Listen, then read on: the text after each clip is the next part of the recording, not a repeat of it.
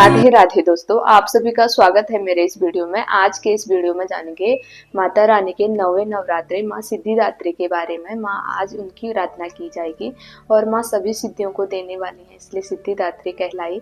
और माता रानी की 4 भुजाएं हैं और माता रानी कमल पुष्प पर विराजमान है। सिंह उनका वाहन है। मार्कंडेय पुराण के अनुसार माँ सिद्धिदात्री को अणिमा, गरिमा, महिमा, नगिमा, प्राप्ति, प्राक्रम्य, ईश्वत्य व वाशत्व 8 सिद्धियां प्राप्त हैं उनको। और भगवान शिव ने कठिन तपस्या करके इन 8 सिद्धियों को माँ देवी से प्राप्त किया था।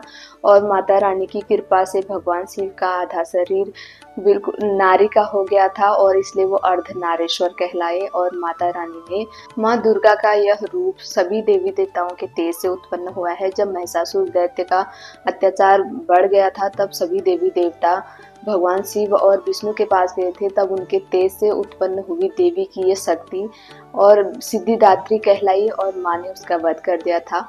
और आज रामनवमी भी है। इस बार 8 दिन की नवरात्रि थी, इसलिए आज रामनवमी भी मनाई जाएगी। और भगवान शिव, हमें इस कथा से क्या पता चलता है, भगवान शिव ने देखो पहले माँ ने उनकी आराधना की थी, क्योंकि माँ जब सती रूप में थी तब जब उनको यज्ञ में नहीं जाना था अपने पिता के, तब क्योंकि भगवान शिव ने बहुत मना किया था, क्योंकि भगवान हमें वही बताते हैं जो हमारे लिए अच्छा होता है, वही हमें देते हैं हमारे जीवन। बट माँ को ये समझ नहीं आया, वो मोह के कारण, क्योंकि मोह था उनमें, ममता थी, उसके कारण वो वहाँ चली गई और वो अग्नि स्वयं उन्होंने अग्नि से अपने को भस्म कर दिया। और भगवान ये सब दोबारा नहीं चाहते थे, इसलिए उन्होंने पार्वती माँ को मौका दिया और बहुत कठिन तपस्या के बाद उन पर प्रसन्न होकर उनको अपनी पत्नी रूप में स्वीकार किया। माँ ने इतनी कठोर तपस्या की, कितने हजारों वर्ष देखो भगवान से उनके लायक बनने के लिए। और फिर आज माँ के पास अष्ट सिद्धियां हैं, तो भगवान शिव भी पीछे नहीं हटे। उन्होंने माँ की कठोर तपस्या की ये सिद्धियां प्राप्त करने के लिए, क्योंकि वो अपने आप को छोटा, माँ से बड़ा नहीं समझते, क्योंकि आपस में उनका प्रेम इतना है और वो एक दूसरे के लिए एक दूसरे से ही पूर्ण है और एक दूसरे को कम नहीं समझते किसी से, क्योंकि भगवान ने भी उनके गुण को देखकर उनकी कठोर तपस्या की और माँ ने भी उनके गुण को समझा और उनकी कठोर तपस्या, इसलिए एक दूसरे के लायक बने। और हमें भी अपनी कमियों को दूर करने के लिए एक दूसरे के लायक बनना, क्योंकि भगवान की जैसे तो हम कठिन तपस्या तो नहीं कर सकते, पर इतना कर सकते हैं एक दूसरे की कमियों को दूर करके अपने घर में सुख शांति और प्रेम से रह सकते हैं। रामनवमी के बारे में, भगवान के जन्मदिन के बारे में, आज रामनवमी चैत्र मास के नवमी तिथि को भगवान राम का जन्मदिन हुआ था, उनका प्रादुर्भाव हुआ था। वो प्रकट हुए थे दोपहर के मध्याह्न में और भगवान मानवता का ज्ञान देने के लिए इस धरती पर आए थे। अगर हम उसे सीखेंगे तो मर्यादा बनी रहेगी। भगवान राम माता पिता के बिना, कभी उनकी आज्ञा के बिना कोई कार्य नहीं किया और भगवान राम ने अपने गुरुजनों के विरुद्ध कभी कोई काम नहीं किया, धर्म के विरुद्ध कभी कोई काम नहीं किया। भाई बने तो ऐसे जिन्होंने उनके लिए पूरा राज्य त्याग दिया, और मातृ पितृ प्रेमी बने तो ऐसे सौतेली माँ के कहने पर वनवास चले गए, और पति बने तो ऐसे कभी दूसरी की तरफ देखा भी नहीं।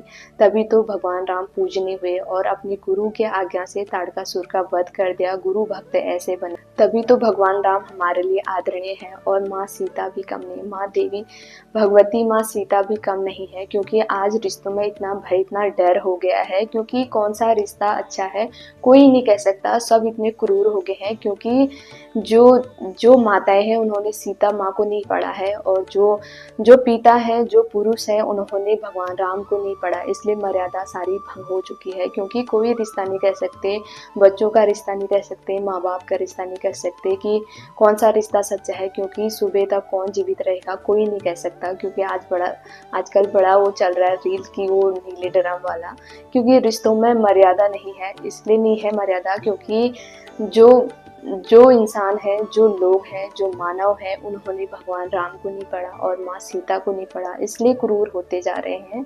आध्यात्म को नहीं जाना है, इसलिए उनकी बुद्धि भ्रष्ट हो जाती है और बुद्धि उनकी काम नहीं करती कि कहाँ पे सही है और कहाँ पे गलत है। क्योंकि माँ सीता के पास ऑप्शन था, भगवती के पास ऑप्शन था। दशरथ जी ने उनसे कहा था वनवास जाने को, वनवास जाते समय भगवान राम के साथ कि तुम यहाँ रह सकती हो, अगर तुम्हारा मन यहाँ नहीं लगा तो तुम मिथिला में रह सकती हो, और जब राम आ जाए तो तब आ जाना। तब माँ सीता ने उसको ठुकरा दिया था, क्योंकि अयोध्या और मिथिला का सुख स्वर्ग के सुख से कम नहीं था, क्योंकि ये दोनों राज्य, स्वर्ग में जो सुख है वो भी फीके हैं इन दोनों राज्यों के, क्योंकि इतना सुख समृद्धि दोनों राज्यों में था, पर माता सीता ने उसको नहीं देखा और वो भगवान राम के साथ चली गई।